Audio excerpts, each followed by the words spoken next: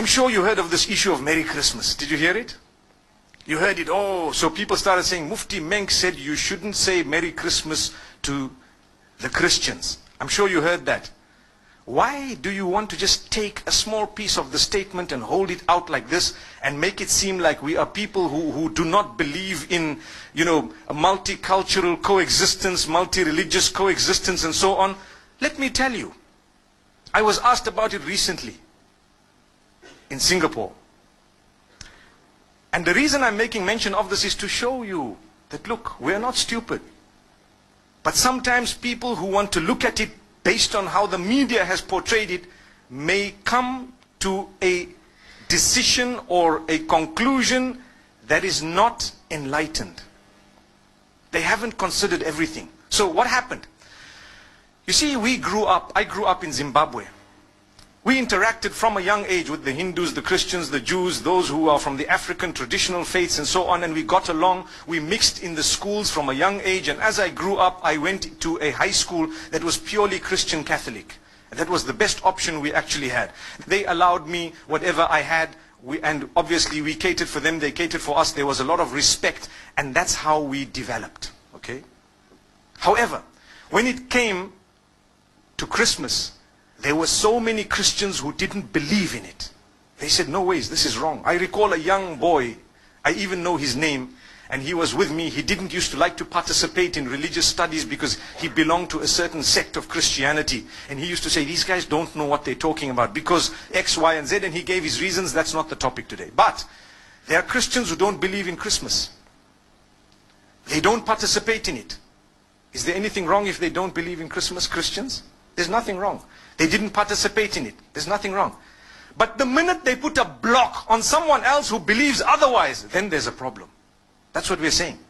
So the question you have to ask yourself, did you stop people from celebrating what they want? No.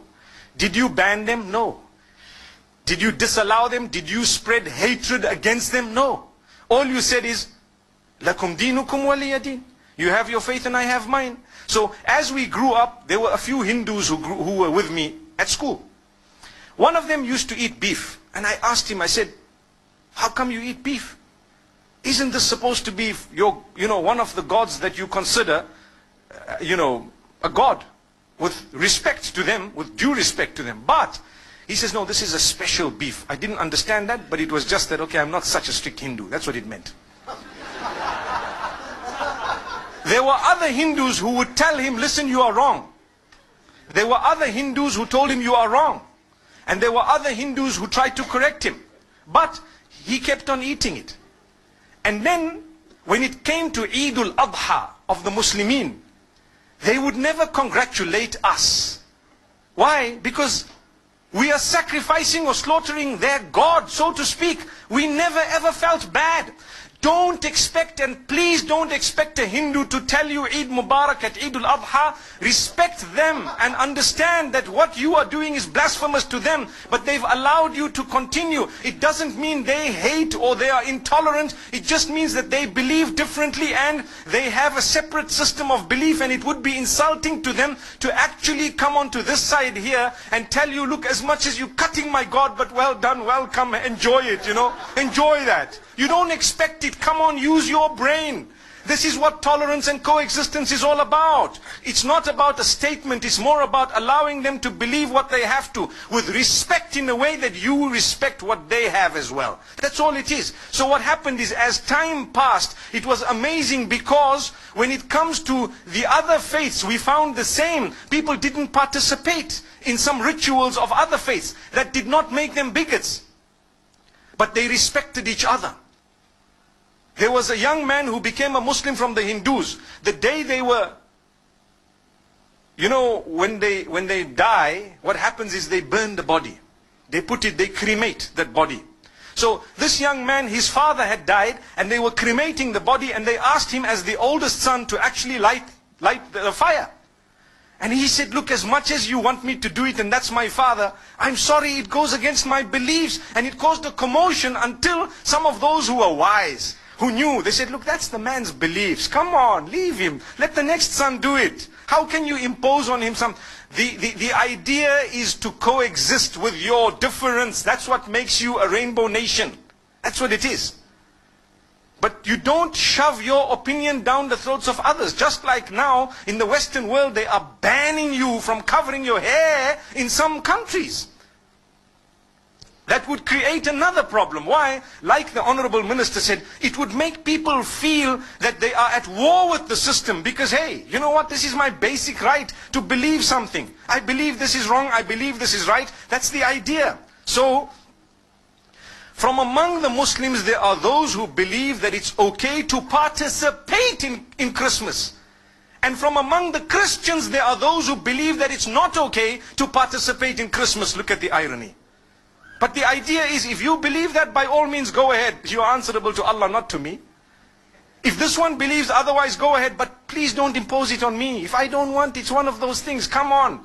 You know, live and let live. Today, the problem is with all parties. We believe we are the only ones who are right. So we want to shove our opinions down the throats of the rest of the world. If not, they are the problem, they are the terrorists, they are the issue, they are this, that. Watch out. The words you are using will be used against you as well. Be careful. So this is why we say, as I grew up, still we used to sit and eat together as young boys. College. You know, you have your lunch, they have their lunch. We knew that if you have a beef burger, please don't offer it to the Hindus. It's insulting. It's blasphemous. They would actually feel so hurt. Don't. Would you ever, if you have Hindu friends, actually tell them, hey, have some beef? I don't think so. Exactly the same could be said about pork and the Muslims. Do you agree? Imagine if your friend says, just is a pork burger, come on, bacon tastes nice, you know, come on, you know. How would you feel? They respect you, you get along with them, you build the nation, you contribute towards the building of the nation together. Do you know that? But you have different dietary restrictions which are respected. So, this is something that we need to talk about. It's got nothing to do with this person is intolerant. There is a big difference between difference of opinion and intolerance. Very big. I can differ with you right now. I can differ with you on 100 matters, but I'm so tolerant. I promote tolerance. I promote coexistence. I promote the fact that all of us should contribute towards the development of our nation. Here in Malaysia, you have people, you have the Chinese, you have the Malays. On the other hand, you have Muslims, you have Buddhists, you have perhaps people who belong to Christianity, maybe even, you know, Jewish people, whatever other faiths. I don't know how the nation is made in terms of, you know, the various faiths, but I'm sure there are more than 20 or 30 different faiths. Look at the civil service. You will have people belonging to every race and to every religion, and they are serving the nation. That's what they're doing. What are they doing? Serving the nation.